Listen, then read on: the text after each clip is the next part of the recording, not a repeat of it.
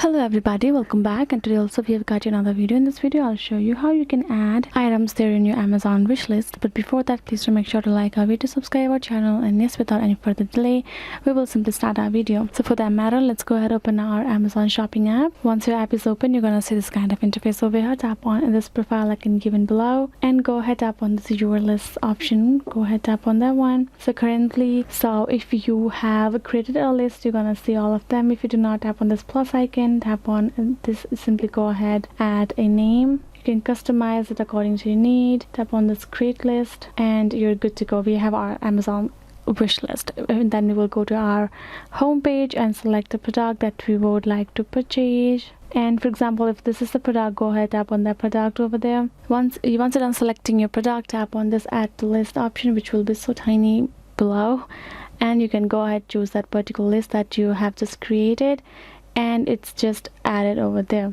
And then you can just cross this out, go back to your profile, tap on your list, and you can see that particular product is right there in your need to buy wish list that you just created. So yes guys, this is how you can simply do it. I hope this video was helpful. Thank you so much for watching, and yes, I'll be seeing you guys in our next video.